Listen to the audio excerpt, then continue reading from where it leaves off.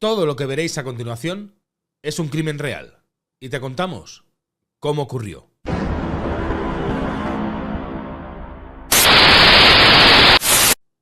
Esta historia comienza cuando una mujer recibe una caja de su amiga, un paquete misterioso que le pide que no abra y que, según le cuenta, contiene unos juguetes para adultos. La amiga le pide que se la guarde hasta nuevo aviso y que, sobre todo, no la vaya a abrir.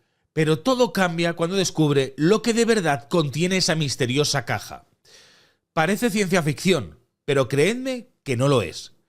Hoy te contamos el caso del asesinato más surrealista de la historia: el crimen de la cabeza.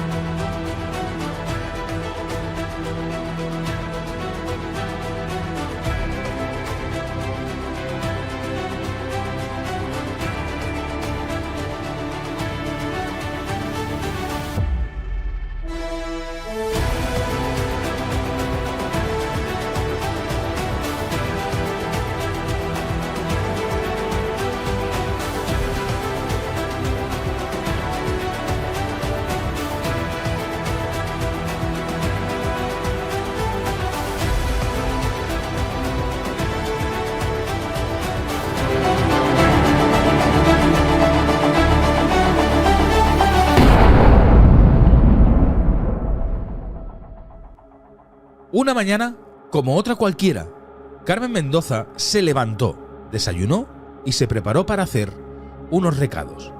Al volver, se puso a recoger y a limpiar, como de costumbre. Pero mientras limpiaba, sintió un olor desagradable que no lograba identificar de dónde venía.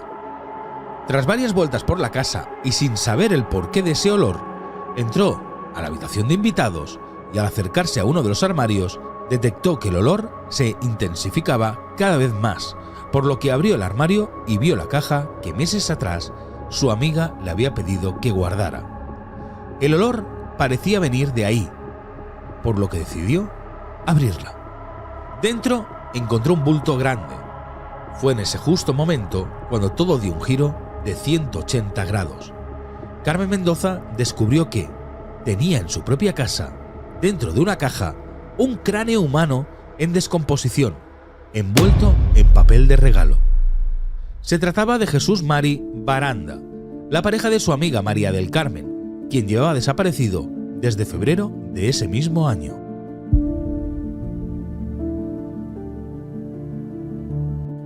María del Carmen Merino Gómez, nacida en 1958, en Utrera, Sevilla, era la mayor de 5 hermanas, de padre policía, quien fue trasladado al País Vasco en la década de los 80. Allí se mudaron María del Carmen, que en aquel entonces ya tenía 20 años, junto con sus padres y hermanas. María del Carmen encontró un nuevo trabajo. Era una empresa cárnica en la provincia de Vizcaya. Allí desempeñaba su labor como carnicera. A pesar de su traslado al País Vasco, tanto ella como su familia seguían teniendo un gran vínculo con su tierra, Andalucía. Así que, pasados unos años, María del Carmen volvió, esta vez a Cádiz. Allí conoció al hijo de un gran empresario. Juntos comenzaron un noviazgo y poco después se casaron. Él era un empresario muy bien posicionado económicamente. Se dedicaba al negocio de las pieles, por lo lo que María del Carmen llevaba una vida acomodada trabajando como ama de casa. Tuvieron 2 hijos y por la década de los 90, poco a poco el negocio de las pieles empezó a decaer y la familia empezó a pasar por una mala época económicamente. Según conocidos de María del Carmen, siempre había sido una mujer muy interesada, por lo que cuando empezaron los problemas económicos, decidió divorciarse de su marido. Pasados unos años, cuando sus hijos eran ya mayores, María del Carmen se fue a vivir a Castro Urdiales, a Cantabria. Allí encontró un nuevo trabajo, en un bar llamado La Cerámica, donde Jesús Mari era un cliente habitual. Allí se conocieron y entablaron una muy buena amistad. Una amistad que con el paso de los meses se convirtió en una relación de pareja. Él era un jubilado de banca de 67 años. Había trabajado mucho como director de varias oficinas del Banco Santander, divorciado y con 2 hijos, a los que apenas veía por su nula relación con ellos. Vivía en un dúplex en propiedad. Era un hombre con una posición económica elevada, ya que además de la jubilación, tenía varias propiedades y fincas como inversión. Al año de conocerse, la pareja decidió irse a vivir juntos. Llevaban una vida muy acomodada, solían viajar mucho, acudían a restaurantes de lujo y tenían un gran círculo de amistades. Ella tenía su sueldo como camarera y una pensión de viudedad, ya que su primer marido falleció, pero aún así siempre necesitaba dinero. Por lo que estando con Jesús Mari, comenzó a encandilar a otros hombres para pedirles préstamos, por el valor de 6.000 euros. Aquellos hombres la denunciaron por fraude. Fue arrestada, pero no llegó a más, y nunca fue juzgada. Ya tenía antecedentes de delito anteriormente, ya que en el año 2017 fue acusada de apropiarse de la documentación de una expareja de su tía, a quien encandiló y estafó a través de préstamos fraudulentos con más de 6.000 euros también. A pesar de los varios delitos a sus espaldas, Jesús Mari no era conocedor de nada. La pareja estaba muy unida, pero en aquel entonces pasaban por una mala racha sentimental. María del Carmen tenía un humor bastante cambiante. Un día estaba alegre y al día siguiente todo eran gritos y peleas, algo que Jesús Mari no podía soportar. Según comentan, María del Carmen estaba en tratamiento psicológico por depresión y tomaba unas pastillas antidepresivas, pero este dato nunca pudo contrastarse.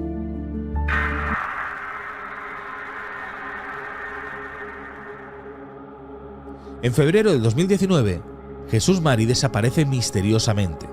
Ese día había quedado con un grupo de 7 parejas para comer. Uno de los amigos estuvo llamándolo por teléfono, pero nunca contestó. Tras varios intentos sin poder localizar a Jesús, el amigo empezó a preocuparse y contactó con María del Carmen, quien le dijo que Jesús se había marchado de viaje a Galicia con un amigo. Él afirmó que lo había llamado varias veces y no cogía las llamadas, por lo que estaba preocupado, a lo que ella le respondió que el motivo real era porque Jesús había tenido un problema con su teléfono móvil y se le había estropeado, pero que no se preocupara, porque pronto se iba a solucionar y se pondría en contacto con él. Pasados unos días, los amigos empezaron a sospechar que algo raro estaba pasando. No recibían la llamada de Jesús y solo tenían unos mensajes de él, un tanto extraños, ya que eran unos mensajes muy cortos y con un vocabulario que no era el suyo habitual. Andrés, el hermano de Jesús, también empezó a preocuparse al no recibir noticias, por lo que contactó con María del Carmen en varias ocasiones y ella le confesó que Jesús había cogido 12.000 euros de la cuenta y se había marchado con una fulana, palabras textuales de María, a la República Dominicana y que volvería en Semana Santa. Esta versión al hermano le pareció muy rara, pero al ver que María lo decía tan convencida, decidió esperar al mes de abril a ver si su hermano volvía. Pasado el tiempo, Jesús Mari no volvió, no llamaba y no sabía nada de él, por lo que el entorno, ya harto, decidió darle un ultimátum a María del Carmen. Si no recibían una llamada de Jesús, irían a la policía. Tras pasar una semana más sin noticias, Andrés, el hermano, decide poner una denuncia por desaparición.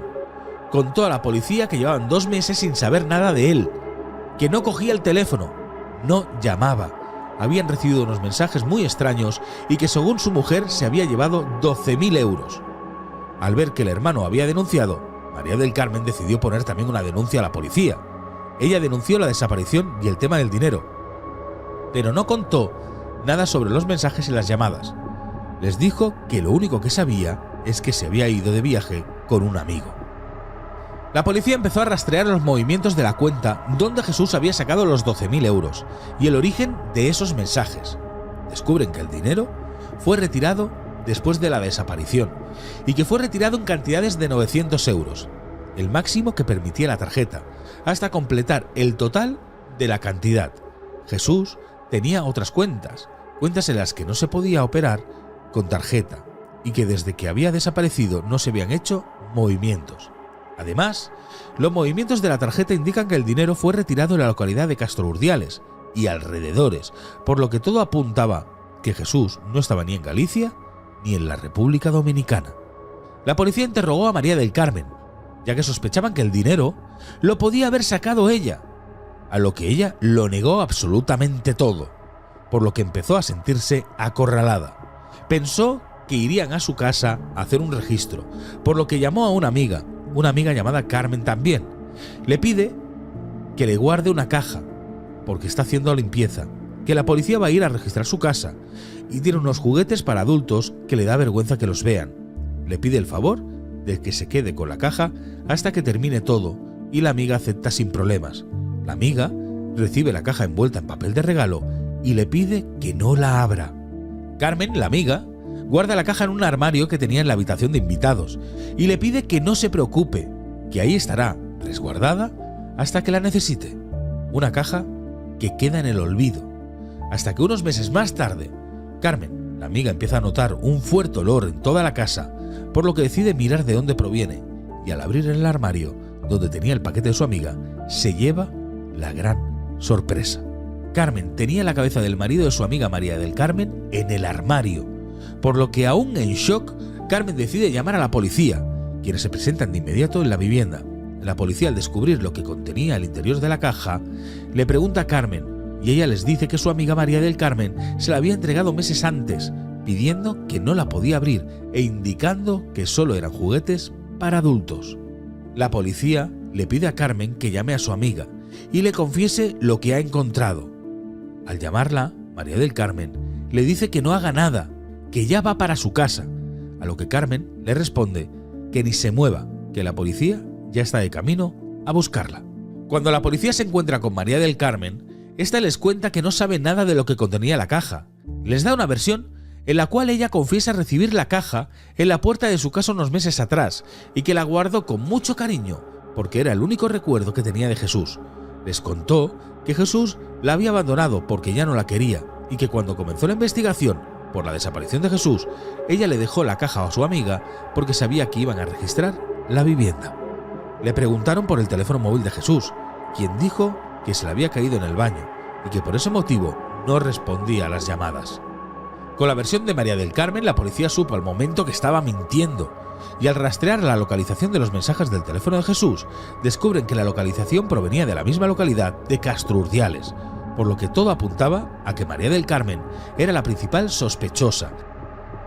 La policía la detiene de inmediato y el juzgado de instrucción número 2 la ordena a prisión provisional, comunicada y sin fianza.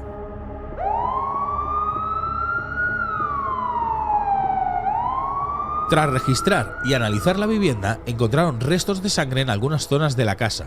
María del Carmen intentó eliminar todo tipo de rastro e incluso, tras una limpieza exhaustiva, llamó a la asistente de la limpieza y le pidió que limpiara la casa a fondo. Esta misma confesó a los investigadores que tras terminar de limpiar, María del Carmen le pidió que tirara unas bolsas de basura muy grandes, que pesaban demasiado, y que María del Carmen le dijo que contenía tierra porque había estado haciendo cambio de tierra a todas las plantas que tenía en la terraza. Una información que se supo después de un año, por lo que la localización de esas bolsas fue misión imposible y no pudieron encontrar nada. Lo que sí encontraron fue la cantidad de 10.000 euros en el trasfondo del sofá y un ticket de casi 2.000 euros donde había comprado alicates, un martillo, 2 sierras mecánicas y otros utensilios más. Ni la sierra ni el martillo fueron encontrados. En su ordenador quedaron registradas búsquedas como: ¿cuánto tarda en descomponerse un cadáver? Si mi marido desaparece, ¿sigo cobrando la pensión? ¿O cómo desatascar una motosierra? Además, también se supo que unos años antes de su desaparición, José María había hecho un cambio de testamento en el cual todo lo que tenía se lo dejaba a ella.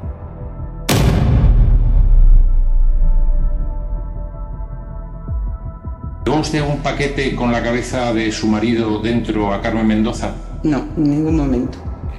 ¿Le entregó usted en los meses de febrero, marzo, abril del 19 algún paquete a Carmen Mendoza? Sí. ¿Había usted comprado algún juguete sexual? Sí, había comprado pues tonterías de esas, sí.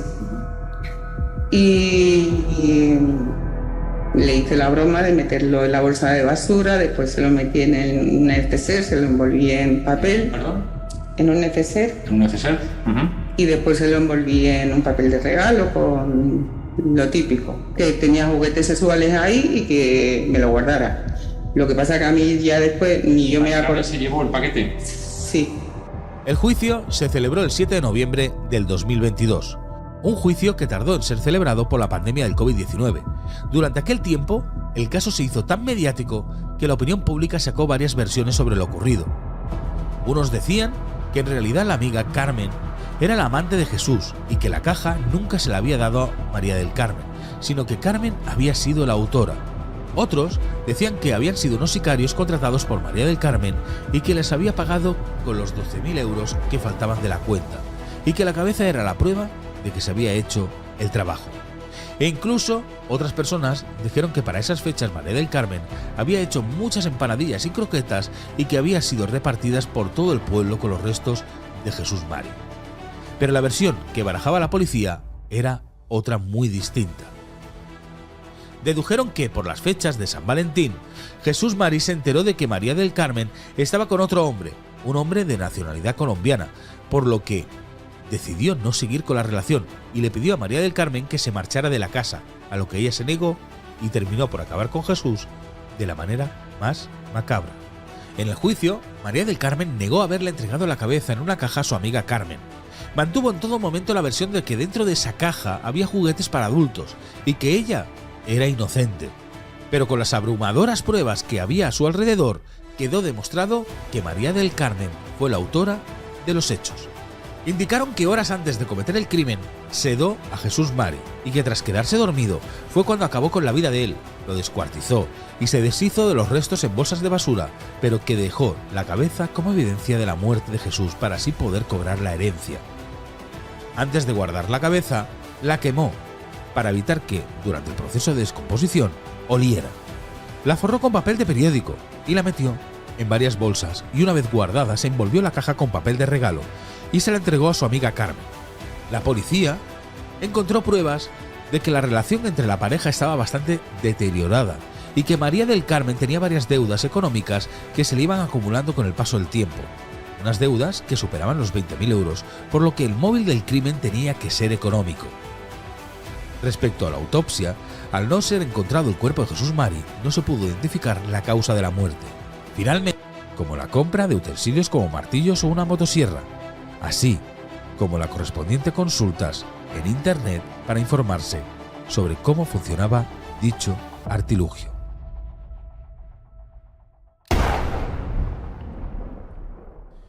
Así se cierra este caso. Un caso sin haber hallado el resto del cuerpo del fallecido.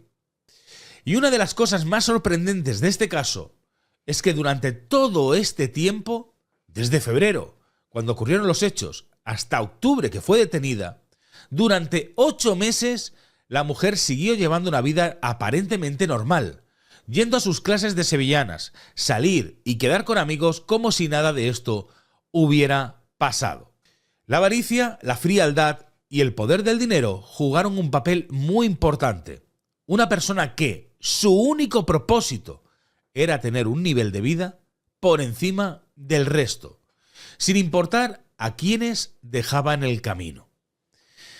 Si te ha gustado el vídeo, recuerda dejar un like, suscribirte al canal y compartir el vídeo. Nos vemos en el próximo caso.